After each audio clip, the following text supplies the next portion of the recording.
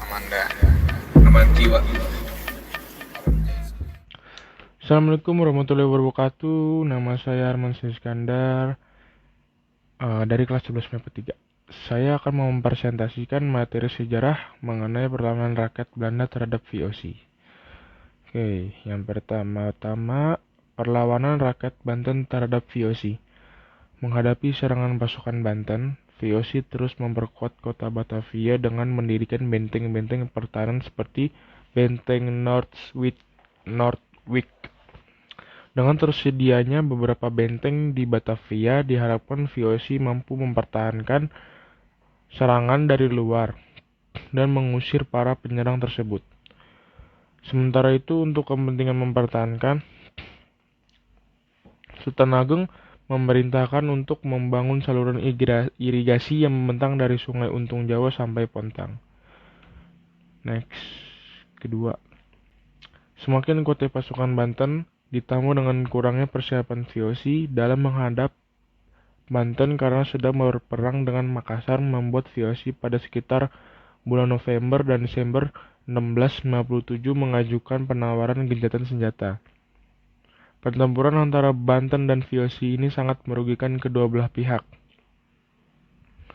Gencatan senjata pun baru dapat dilakukan setelah utusan VOC dari Batavia mendatangi Sultan Ageng Tirtayasa pada tanggal 29 April 1958 dengan membawa rancangan perjanjian yang berisi 10 pasal.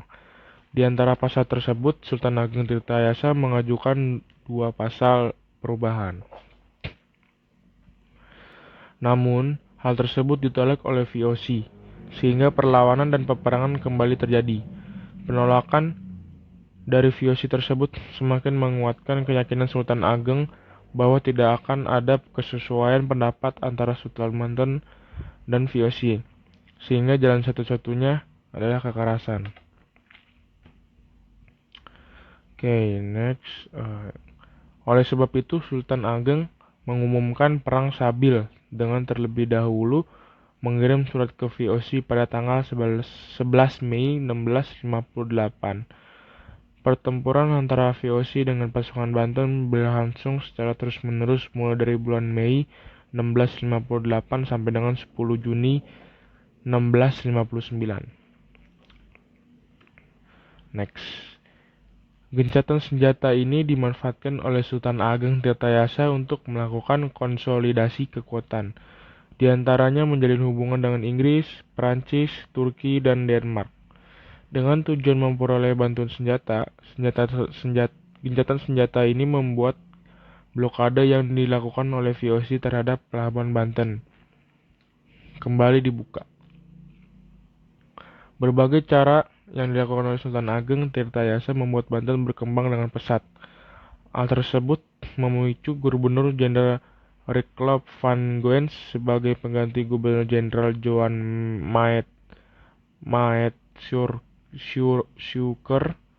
Suiker menulis surat yang ditujukan kepada Kerajaan Belanda tertanggal 31 Januari 1679 tentang usaha untuk menghancurkan dan melenyapkan Banten. And then, setelah itu pemberontakan tersebut terjadi meskipun VOC telah beberapa kali meminta Sultan Ageng Tirtayasa untuk menyerah. Untuk menyelesaikan perlawanan tersebut, Sultan Haji mengutus 52 orang keluarganya untuk memujuk Sultan Ageng Tirtayasa. Setelah berhasil dibujuk, Sultan Haji dan VOC menerapkan tipu muslihat dengan mengepung iring-iringan Sultan Ageng Tirtayasa menuju ke Istana Surosowan pada tanggal 16 Maret 1683. Sultan Ageng Tirtayasa berhasil ditangkap, namun Pangeran Arya Purbaya berhasil lolos. Kemudian Sultan Ageng Tirtayasa dipenjarakan di Batavia sampai meninggal pada tahun 1692. Next.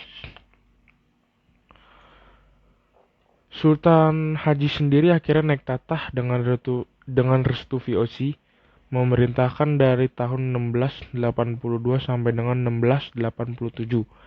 Pada tanggal 17 April 1684 ditandatanganilah perjanjian dalam bahasa Belanda, Jawa, dan Melayu, 3 bahasa, yang berisi 10 pasal. Perjanjian inilah yang menandai berakhirnya kekuasaan Kesultanan Banten dan dimulainya monopoli VOC atas Banten.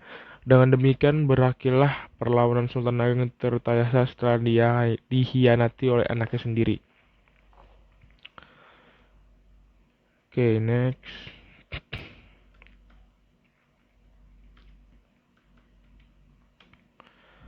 Syarat-syarat merebut Kesultanan Banten. Sultan Haji dengan Sultan Ageng Tirtayasa dalam persekongkolan tersebut sanggup membantu Sultan Haji untuk merebut Kesultanan Banten tapi dengan 4 syarat. Yang pertama, Banten harus menyerahkan Cirebon kepada VOC. Kedua, monopoli lada di Banten dipegang oleh VOC dan harus menyingkirkan para pedagang Persia, India, dan Cina. Yang ketiga, Banten harus membayar 600 ringgit apabila ingkar janji. Keempat, pasukan Banten yang menguasai daerah pantai dan pedalaman Priangan segera ditarik kembali.